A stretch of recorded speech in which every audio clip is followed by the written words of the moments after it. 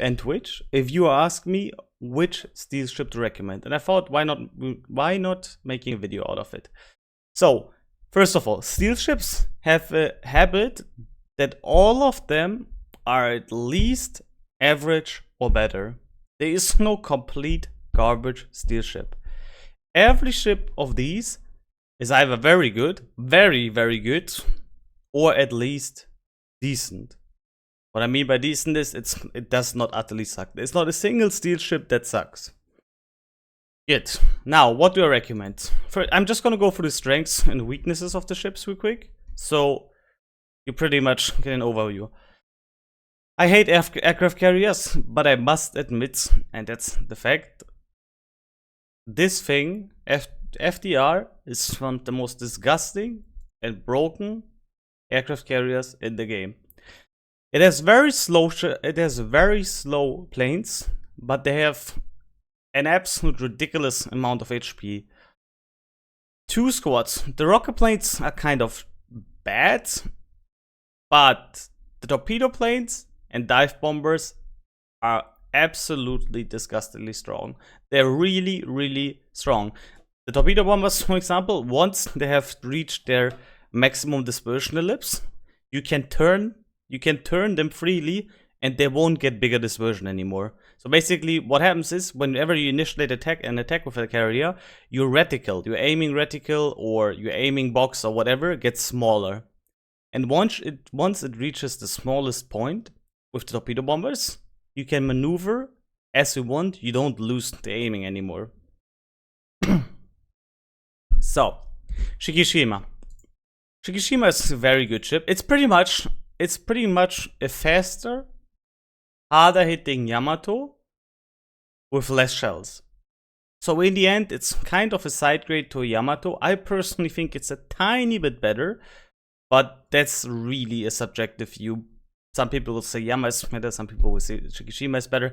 In the end, if you don't have a Yamato and you want the feeling of overmatch and accurate guns on long range and so on, Shikishima is a good pick. Yamato is a great ship in my opinion, even though it suffers from low speed and having pretty big citadel. But again, Shikishima, a decent ship. And it has one of the best gun sounds in the game, that's true. Although I wouldn't recommend that as a selling point. Mecklenburg. Personally, my favorite ship in the game when it comes to battleships. Super fast firing guns. I think with reload mod and everything, you get it nearly down to 22 seconds or 22.9 seconds. I'm not sure right now the exact values. 16 guns, very accurate. Great HE in a way that you have the quarter pen and a decent fire chance as well. You absolutely delete cruisers if they show broadside. And on battleships, you can either farm them down with HE or you aim for upper belts. You do massive amount of damage. It is very maneuverable. It has the best AA on the German battleship. Now you could argue AA is a very controversial thing in this game, but it does actually have, for what we have as AA, a very good anti-aircraft DPS, plus it has the FA. One thing people should do when they play Mecklenburg, it has very bad firing angles. So what I would recommend to you is take on the 4th slot instead of a survivability, emergency survivability things. I would go with rudder shift, because that makes it play very nice and you compensate for the bad firing angles from time to time. Other than that, probably, in my opinion, the best battleship on tier 10, simply because you can reliably delete cruisers, you can smack DDs crazily, and you can do still a decent amount of damage to battleship. It doesn't have a hydro though, but honestly, if this thing had a 6 km hydro, then it would be by far, in my opinion, the best ship in the game when it comes to battleships on tier 10. Moving on to Incomparable. Now, Incomparable is a mixed bag. Incomparable is a very strong ship, but people... Oh my god, can you please stop showing me all these things? Incomparable is a mixed bag because, on the one hand, it's a very strong ship, but it's very hard to play. What do I mean by hard to play?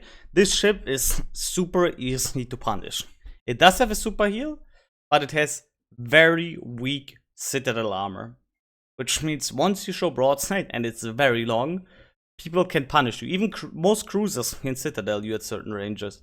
So you need to keep that in mind. If you're angled, perfectly fine, because 50 millimeters fully covering the side, which means you can ricochet actually everything. But you gotta remember two things. If you show broadside, you can get punished crazily, and your nose and back have 25 millimeters of armor, which means every battleship on tier 10, besides low caliber ones, can overmatch you. It does have 508 millimeter guns, which means you also have the joy of Yamato and Shikishima overmatch. And it has a hydro, decent torpedoes, it's very fast, and it has an absolute ridiculous, and I mean by ridiculous, I mean ridiculous, concealment value. If you build it fully into concealment, you get, I think, 10.6 kilometers. That is, by comparison, better than Des Moines. I think Des Moines is 10.8. So you can outspot the Des Moines by 200 meters. You can absolutely delete cruisers when they show broadside. Unless you get overpens, of course, like any BB. But yeah. Again, high risk, high reward. If you know your positioning, if you can restrain yourself sometimes from shooting and wait for the perfect moment, great ship. Next on we have Burgundy. Also, absolutely excellent ship. Not a lot of HP. Really fast though. 380mm French guns. People love or hate them. I personally think they're amazing because they have very fast shell speeds and they're pretty decent. Against BBs on long range, you can spam HE. In close combat and against cruisers, AP works perfectly fine.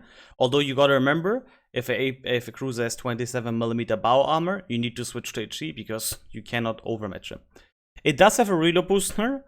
The only thing it really suffers from is it has pretty low HP. And it is covered by 32mm, which means most HE spamming bigger ships will have a joy farming you down.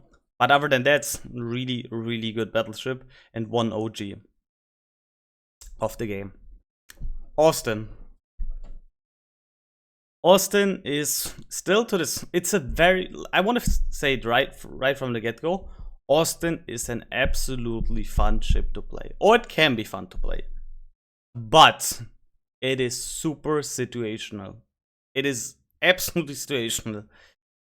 In a lot of scenarios, and this is why it's really important, either you have a smoke bot with you, for example a gearing diffmate, makes it way better, or you need to have insane awareness of every move you do. First of all, you can get punished instantly and go down. If you see a Yama, Incomparable or Shikishima, no matter where they hit, from which angle they hit you, they will citadel you, simply because I think your deck armor is also kind of citadel armor, which means, and it's 32mm, so these three ships will completely annihilate you instantly. The rest of the battleships will a bit have a harder time, but they will still get you down quite easily.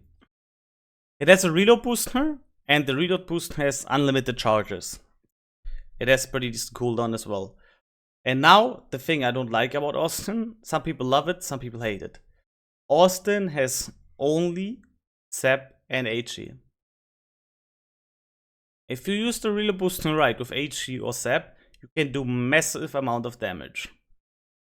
But the problem is, your SAP pens 38mm if I'm not wrong, which means a lot of targets, like for example a nose in Moscow, is a classic example, is nearly unpunishable for you. Sure, you can go on the superstructure and farm havoc with HE on him, or if he's slightly angled, you can shoot the superstructure as well with the SAP, but you don't have AP. So if you're ever brawling a ship, you need to use your torps or do the reload booster really fast. But the problem with it is, while the other ship has AP, you don't have it. AP wouldn't help with a bow and musket. That's true. But for example, if you're in a knife fight, 2 kilometers away from, let's say, Colbert, or not a Colbert, let's say any lightly armored cruiser. The chance is that you lose that engagement is super high because he can citadel you and you can't. Sure, you have insane amount of reload, but most light cruisers, even without the reload booster, have a decent reload and they can citadel you. And that's exactly the big problem. You don't have AP. You can never ever citadel one, and you need to be very careful when using your reload booster. Very situational. Torpid, yeah, well, it's not as easy as it's sure. If he's 1 km away, you can torp him, but then he can torp you as well, or he can ram you. I'm just saying, it's not that good in that way. And a lot of times you miss the 8 AP, and you would love to have it actually. Now, Gato. I know already people will be like jealous. just no. Just no. Good. Now, Gato is by far the absolute best shotgun in the game. And it has the most devastating alpha strikes of any submarine in the game. I personally think it is not the best. I mean, it depends on what you want to do. If you want to death strike people, if you want to shotgun targets, it's by far the best submarine. Don't get me wrong. But it has one weakness. Its sub-combat capabilities is limited to 6 km sub-hydrophone. So whenever you fight a K1, I mean K1 is still in testing, it could change. Okay, but let's say you fight the U-2001, you're always at a disadvantage in a way that he can outspot you by quite a bit. And when you don't actively have the sub-to-sub combat, and you cannot use, like, you cannot outplay the person, you just, like, let's say you ignore it and you don't engage in the sub-to-sub combat, Gato is amazing. Again, biggest alpha strike from all submarines, no dispersion, I think it's 1 degree, so you can literally shotgun DDs, you can shotgun cruisers, you can shotgun battleships, you can shotgun everything. It's absolutely insane and bonkers. But against submarines that have better submarine surveillance, you're at a big disadvantage. That's something you need to pay attention to. Don't, unless you can outplay the opponent by knowing when to go up, when down, where is the enemy team and so on, don't engage necessarily against German submarines. Because their hydrophone will always beat you, and in the end, the submarine itself will not kill you, but all the airstrikes from the battleships around it. Keep that in mind. Otherwise, an excellent submarine and by far the best and only real shotgun in the game. Because all the other submarines currently in the game have quite a big dispersion pattern that can ruin even the shortest attack runs completely. And this thing doesn't care if you're nose in or not, because it has such a good dispersion that you can literally farm nose in targets. Also, one thing you need to remember, Gato only goes full speed on periscope depth and above the water. If you go deep water, it slows down to round about 18 knots, 18-17 knots, which is very slow. And again, the only ship that does it better is the German submarine, because it goes as fast on the water as underwater, which gives it in the underwater fight by far better maneuverability than you. But other than that, again, amazing submarine, really, really strong. So you see, like, every ship I mentioned is pretty strong in its way. Maybe there's one or two that are not really shining out, but most of them are ridiculously strong. Stalingrad, the OG, the first steel ship in the game. Stalingrad is, how can I go describe? Okay, basically, you have a Moskva, you have a Pedro, and you go into the extremes on both sides. You go on the you take the size of a Moskva, make it a bit bigger, and you take the AP cannons of a Pedro and make them stronger. So Moskva is very easy. Stalingrad is very easy to punish when you show through broadside. It is very clumsy. It has really high detection. Those are the bad things. Now to the good things.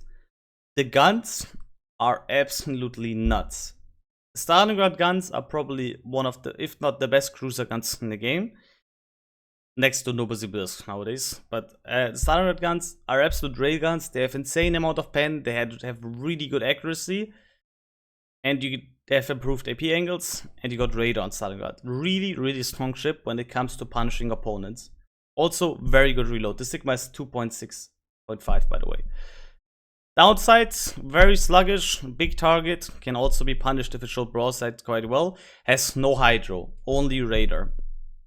So, absolute glass cannon can absolutely annihilate people with the railguns, and is angled okay-ish tanky. It's a very big target, unlike Petro, for example, which makes it in the tanky department not as good. But still, nevertheless, an absolute excellent cruiser, or aka battle cruiser. Now we're gonna move to Z42. And I know a lot of people will disagree with me here, but I think it's the better Z52. Z42 might not be an overpowered ship, but it's very, very strong. I don't know, by the way, why it says few torpedo tubes. Doesn't it have 10? Doesn't it have 10 torpedoes? Wait, I need to check something real quick. That sounds so wrong. Why does it say few torpedo tubes? It has 10, I think. Also, can I have sound again? Good. Yeah, that's... Oh no, there's 8. Okay. I mean, 8 is not bad, honestly. I don't know why I would say it's few torpedo tubes, but it's 8. Anyway, Z42 is good. It has the 6 km hydro. It has 6.1 or 6.2 km concealment. I'm not sure right now. And it has a short burst smoke generator. So you can, like the British ones, very short, but you can get them quite quickly again. It has decent torpedoes. And now to the guns.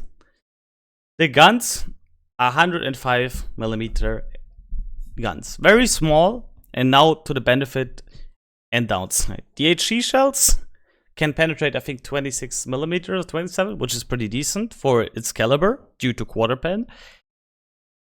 But the damage is very low on them. The AP, however, has absolutely ridiculous alpha capabilities. And unlike Z52, it arms on broadsiding DDs. The problem with Z52 is it has excellent AP as well, but Z52 lives at a point where it doesn't have improved AP angles, which means if somebody angles too much with a Z52, you ricochet. If somebody is fully broadside, you overpen. You need to have a middle kind of angle to really get the maximum damage out of Z52. Z42 doesn't have that problem.